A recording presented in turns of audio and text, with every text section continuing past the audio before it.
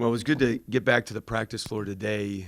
Per NCAA rules, the guys had yesterday off and gave the coaching staff a good opportunity to review the tape from Saturday, focus on ways to get better, and then get ready for a Charlotte team that's won 5 out of 6. So we just finished practice some moments ago, and big emphasis on guarding the basketball, contesting shots, making the offensive players feel us, and then rebounding, because those are the things that I thought really hurt us on Saturday against a good South Florida team. And we're going to see a lot of the same from Charlotte, the way that they're much more deliberate on offense, but they're shooting a great percentage.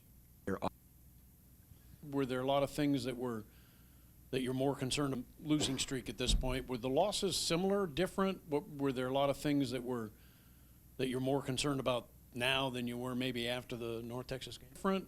Were there a lot of things that you're more concerned about now than you were maybe after the North Texas game? Yeah, both very disappointing losses, but especially disappointing to lose at home. And that's something that we want to, with our fans and the increased attendance, you just want people leaving the building feeling better. And I know I didn't feel good leaving the building on Saturday. The things that are similar were the glass. Both North Texas and South Florida really hurt us with their offensive rebounding. Both also hurt us from the three-point line. We're giving up 40% from three in the last 2 games. So we've got to do a better job of making people miss, and then when they do miss, getting the glass.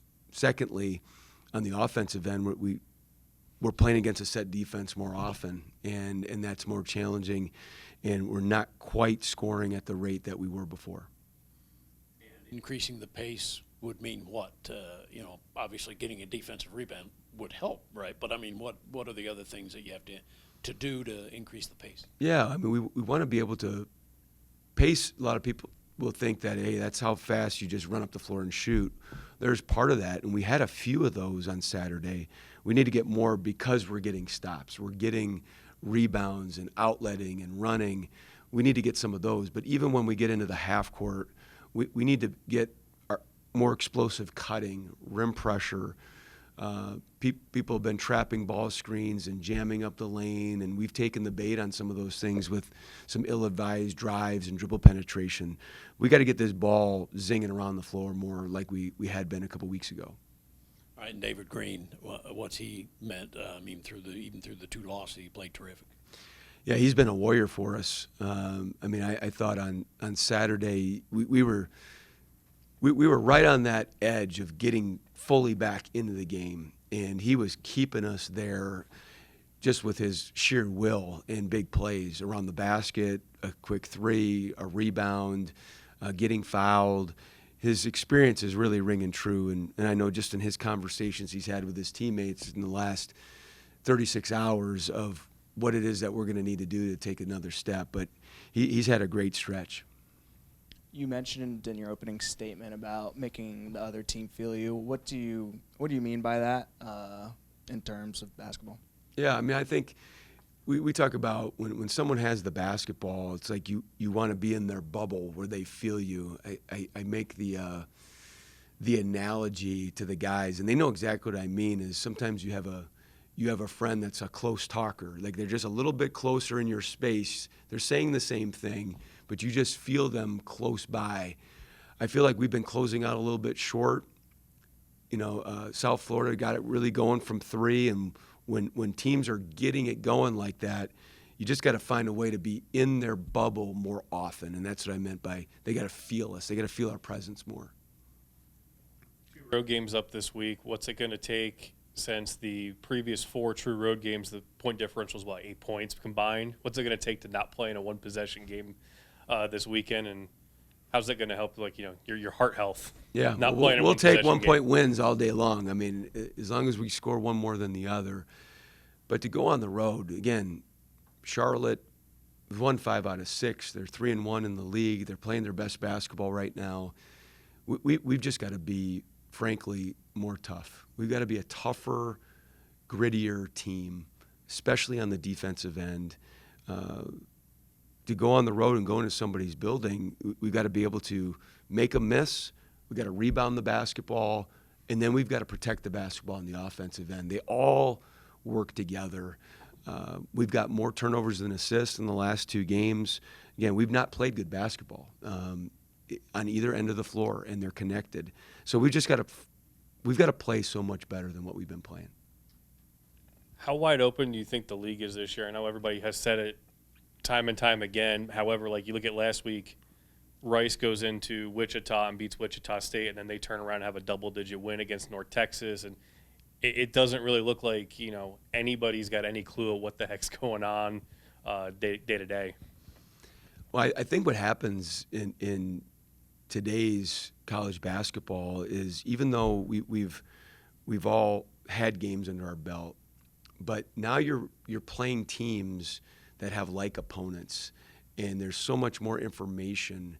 The scouting's better, the information, the intel, the stats tell other pictures, and what we're finding out is just the parity, not just in our league but across college basketball. There's some wacky scores everywhere, but as I told our guys, like we're 3 games into an 18-game season, and there's time, but we've got to get this fixed now to make a stance on the road, because we dropped one at home. You got to go get that back on the road and hopefully get more than that this week. But it starts with this one game against Charlotte. We've got to play so much harder and more connected than what we've been doing. Something that's really we've excelled at the last couple of games is getting to the free throw line and making free throws. One of the best teams nationally at the charity stripe. Has that been like a point of emphasis the last couple of games? Maybe the 3-point shots aren't falling early and just attack the basket and just get to the line. Yeah, I think people, these 2 games in particular, they're really trying to run us off the 3-point line, trying to limit the number of threes we get, and we got to find ways to still get threes. However, so much of offense is attacking the defense. And I'll tell the guys, there's attacking and there's fighting. Fighting the defense is trying to do things that aren't available. Attacking is reading the defense and understanding, okay, the next play is here. Well, for us, with the way North Texas and South Florida guarded us, what was available was some drives and basket attacks. And we've made some pretty decent decisions there. We've gotten fouled and been able to cash in at the free throw line. Coach, with teams that have pretty good bigs, and that would encompass, of course, the team Saturday, Memphis, FAU, several others have good bigs. And with your team, the way it's constituted, are there a couple of different ways you can go really small, and sometimes that works, and then you may have to bring in another big, and that's not your style, kind of. So how do you approach that? Yeah, we've been talking about a lot, Bruce, actually, just some variance in the way that we're playing, because the size is so much greater than what we experience most nights in the non-conference.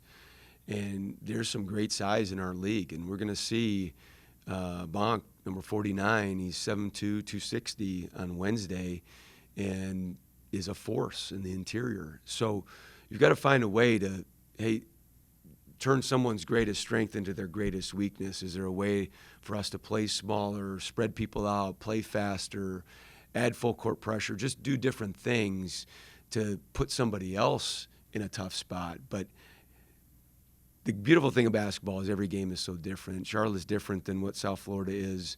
Their bigs are different, but the glass is going to be of utmost importance to us, just because that's what they're trying to do with all that size. And we've got to be able to scrap, scratch, claw, do everything we got to do to get that ball.